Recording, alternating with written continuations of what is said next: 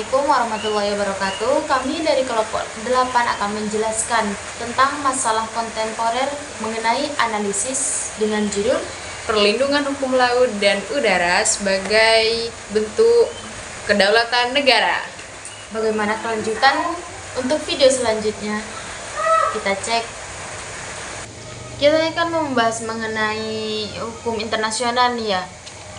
Nah, sudah disebutkan masalah tadi mengenai apa?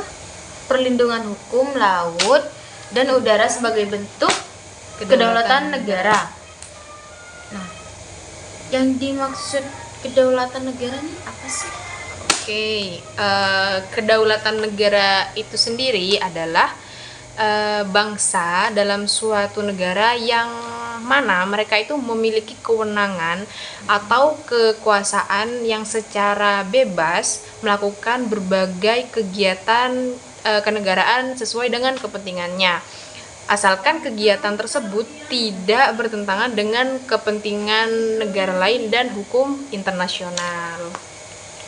Nah, pastinya nih ya, dalam suatu kedaulatan negara pasti ada yang namanya apa namanya, yurisdiksi ya? Oh, yurisdiksi. Nah, yurisdiksi itu apa sih, Kak? Oke, yurisdiksi sendiri itu memiliki 3 artian. Yang pertama itu ada kewenangan, yang kedua ada kekuasaan, dan yang ketiga itu ada wilayah keberlakuan hukum. Wilayah keberlakuan hukum. Oke, setelah disangkut pautkan dengan masalah tadi wilayah keberlakuan hukum. Nah, saya ini sepertinya pernah mendengar suatu kasus kontemporer ya mengenai perlindungan hukum laut yang pertama pastinya. Ini saya pernah mendengar suatu kasus mengenai Laut Ambalat. Tahu nggak sih, Kak, Laut Ambalat itu? Sepertinya saya pernah dengar tentang kasus tersebut. Oke, mungkin saya butuh pendapat Kakak ya. Nah, untuk menganalisis kasus ini mungkin Kakak bisa melihat video yang akan saya putar pada part selanjutnya. Oke, kita lihat bersama ya untuk video sampai. Sengketa yang terjadi di Blok Ambalat sempat menjadi salah satu pemantik panasnya tensi antara Indonesia dan Malaysia, tepatnya pada tahun 2005.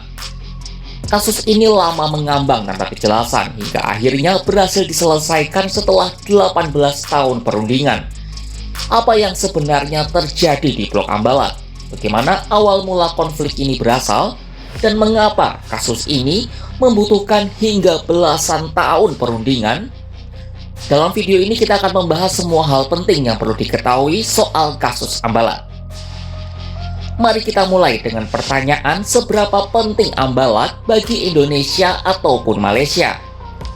Blok Ambalat adalah seluruhnya wilayah perairan dengan luas 15.235 km persegi yang terletak di Laut Sulawesi atau Selat Makassar, di dekat perpanjangan perbatasan darat antara Sabah Malaysia dan Kalimantan Timur Indonesia.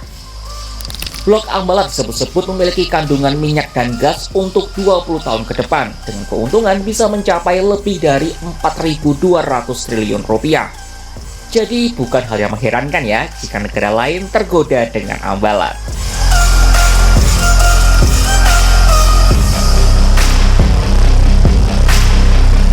Semua berawal pada tahun 1969. Kala itu, baik Indonesia dan Malaysia masing-masing melakukan penelitian di dasar laut untuk mengetahui landas kontinen dan zona ekonomi eksklusif masing-masing. Kedua negara lalu menandatangani perjanjian tapal batas landas kontinen Indonesia-Malaysia pada tanggal 27 Oktober 1969. Perjanjian ini lalu diratifikasi oleh masing-masing negara pada tahun yang sama. Artinya, kedua negara sepakat untuk mematuhi isi dari perjanjian tersebut. Nah, perjanjian tahun 1969 menghasilkan peta perbatasan laut Indonesia-Malaysia sebagai berikut. Dilansir dari Kementerian RI, ada 3 batas maritim yang dibahas dalam perundingan itu, yakni batas landas kontinen, batas laut teritorial, dan batas zona ekonomi eksklusif. Berdasarkan perjanjian ini, wilayah Blok Ambalat merupakan milik Indonesia. Tetapi pada tahun 1979, Malaysia ingkar janji dengan memasukkan Blok Ambalat ke peta wilayahnya. Bahkan nggak cuma Indonesia, Filipina, Singapura, Thailand, Cina, dan Vietnam juga protes terhadap keputusan Malaysia itu. Aksi sepihak Malaysia ini diikuti dengan penangkapan nelayan Indonesia pada wilayah yang diklaim. Lalu pada tanggal 16 Februari 2005, Malaysia memberikan konsesi minyak di Blok Ambalat kepada perusahaan minyak milik Inggris dan Belanda, Shell. Pada tahun yang sama, Indonesia dan Malaysia memulai perundingan kembali soal Blok Ambalat yang sempat mandek. Sebuah perundingan yang nantinya akan memakan waktu hingga belasan tahun.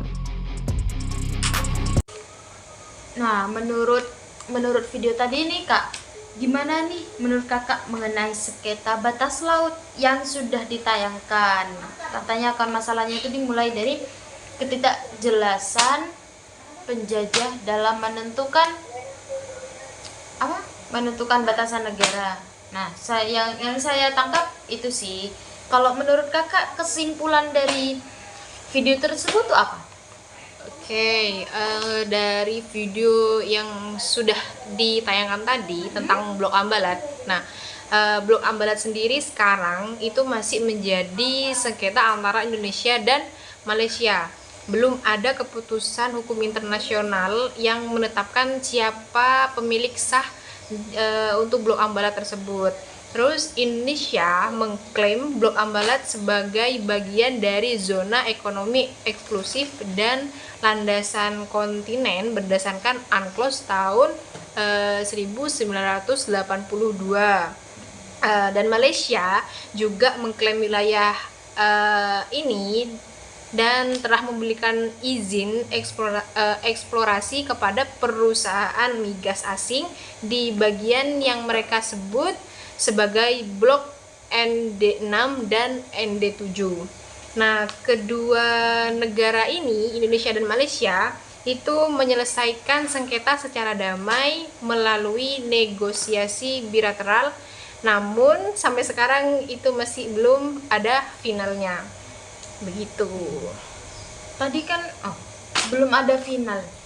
Tapi tadi sepertinya Malaysia sudah mengklaim wilayah Blok Ambalat ini menjadi miliknya dengan mengizinkan perusahaan migas asing mengeksplorasi wilayah tersebut. Nah, tanggapan Kakak tuh gimana sih mengenai itu? Oke, di sini Malaysia itu memberikan izin eksplorasi migas di Blok Ambalat karena ingin memperkuat klaimnya secara de facto. Nah, memanfaatkan kekosongan perjanjian ini di atas batas maritim dan mengejar keuntungan ekonomi, walaupun wilayah itu sendiri belum sah secara hukum internasional sebagai milik Malaysia. Nah, mereka itu berusaha menciptakan kondisi seolah-olah wilayah tersebut sudah sah menjadi milik Malaysia gitu. Kan ada di situ kan Kakak sudah menjelaskan nih kan, Malaysia mengklaim secara sepihak Blok Ambalat ini. Nah, apakah ada sanksi tersendiri mengenai Blok Ambalat? Nah, klaim secara sepihak ini. Nah, itu. Sejauh ini tidak ada sanksi langsung atau otomatis ya Kak dari pihak yang dilakukan oleh Malaysia itu tadi ya atas Blok Ambalat. Namun klaim ini tidak sah secara hukum internasional. Nah, jadi jika ada kesepakatan dengan negara yang juga mengklaimnya, nah itu bisa diselesaikan secara melalui mekanisme hukum internasional. Oke, jadi berarti tidak ada sanksi hukum bagi Malaysia nih kan ya? Iya, betul. Karena perdebatan di antara mereka itu belum selesai, guys. Iya. Oke, gitu. Kesimpulannya gitu. Jadi Blok Ambalat ini tidak ada yang memiliki secara resmi gitu. Nah, sampai saat ini. Nah, selanjutnya kita membahas apa, Kak? Tentang perlindungan hukum udara. Lanjut di part selanjutnya. Untuk pembahasan yang kedua mengenai perlindungan hukum udara, seperti di awal saya akan menayangkan video terakhir mengenai contoh kasus pelanggaran kedaulatan wilayah udara Indonesia oleh Amerika. Stay tune. Tanggal 3 Juli 2003 adalah tanggal yang sangat penting bagi Angkatan Udara Indonesia. Hal ini karena pada tanggal tersebut terjadi peristiwa yang paling menegangkan dalam sejarah militer Indonesia. Apalagi peristiwa ini terjadi saat kekuatan militer Indonesia sangat lemah akibat embargo militer yang diberlakukan Amerika sejak beberapa tahun sebelumnya. Pada tanggal tersebut, untuk pertama kalinya pesawat tempur F-16 Indonesia nyaris terlibat bentrok dengan pesawat tempur FA-18 Hornet milik Angkatan Laut Amerika. Dan ini bukanlah sebuah latihan, tetapi bentrok yang benar-benar nyata terjadi yang bisa saja berakibat fatal bagi hubungan Indonesia dan Amerika. Bagaimana hal ini bisa terjadi? Dan seperti apa hasilnya? Kita akan membahas dalam video kali ini. Kejadian ini bermula saat kapal induk USS Carl Vinson CPN-70 milik Angkatan Laut Amerika sedang berlayar dari Selat Malaka menuju Australia. Kapal induk ini berlayar bersama dengan kapal-kapal perang pengiringnya. Tidak hanya itu, di atas geladaknya terdapat hampir 100 unit pesawat tempur FA-18 Hornet. Jumlah pesawat tempur ini tentunya jauh lebih banyak daripada jumlah pesawat tempur Indonesia saat itu. Ketika sampai di sekitar Laut Jawa, tepatnya di dekat Pulau Bawean, beberapa unit pesawat tempur FA-18 Hornet terbang dari atas kapal induk USS Carl Vinson dan melakukan manuver latihan. Manuver latihan pesawat tempur Amerika ini dilakukan tanpa meminta izin kepada Indonesia sama sekali. Padahal lokasi mereka jelas-jelas berada di atas Laut Jawa yang merupakan wilayah kedaulatan Indonesia. Sebelum kita lanjutkan, pastikan teman-teman sudah subscribe channel analisis militer ini ya.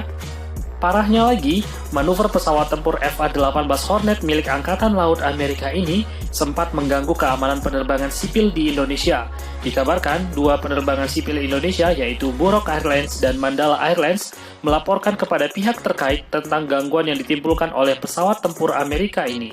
Apalagi Amerika dalam aksinya sama sekali tidak melaporkan hal tersebut ke otoritas penerbangan terkait, sehingga hal ini tentu sangat berbahaya bagi penerbangan sipil di Indonesia. Selain itu, tindakan Amerika ini jelas-jelas merupakan sebuah bentuk pelecehan luar biasa bagi kedaulatan wilayah Indonesia. Gimana nih menurut kakak mengenai pendapat kakak mengenai video yang saya tayangkan barusan? Oke. Kesimpulan dari video tadi itu kan kasus pelanggaran militer Amerika Serikat ke wilayah udara Indonesia, itu kan ya. Nah, ini tuh kesimpulannya yang pertama nih ada terjadinya pelanggaran kedaulatan yang mana militer Amerika Serikat ini ke dalam wilayah udara Indonesia tanpa adanya izin resmi. Terus adanya ketegangan diplomatik.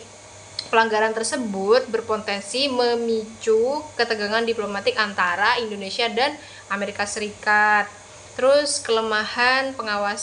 adanya kelemahan pengawasan udara. Pentingnya respon tegas dan profesional antara pemerintah Indonesia yang mana harus memberikan nota diplomatik, protes, dan menuntut klarifikasi kepada Amerika Serikat yang mana sudah melanggar tentang hukum udara itu tadi. Terus menjadi peringatan bagi kedaulatan negara yang berkembang. Adanya penguatan posisi Indonesia di saat forum internasional. Gunanya apa? Guna untuk mendorong penegakan hukum udara internasional secara lebih adil dan memperjuangkan hak-haknya di dalam forum global di forum global seperti organisasi penerbangan sipil di internasional gitu. Nah, berarti Amerika ini salah ya, karena telah seenaknya menerbangkan pesawat di wilayah kekuasaan Indonesia dan hal tersebut dapat mengganggu penerbangan yang ada di Indonesia nih Kak ya. Betul sekali. Oke, sekian tugas video dari kami mengenai perlindungan hukum laut dan udara sebagai bentuk kedaulatan negara. Untuk referensi kami mengambil dari buku Hukum Internasional dari Dr. Indit Winarwati SHMH. Seperti ini ya guys ya. Oke. Terima kasih sudah menonton semuanya. Sampai Jumpa. Bye bye. Sudah berapa kali ku bilang kalau videonya udah selesai. Lah udah selesai. Bye bye sepuh.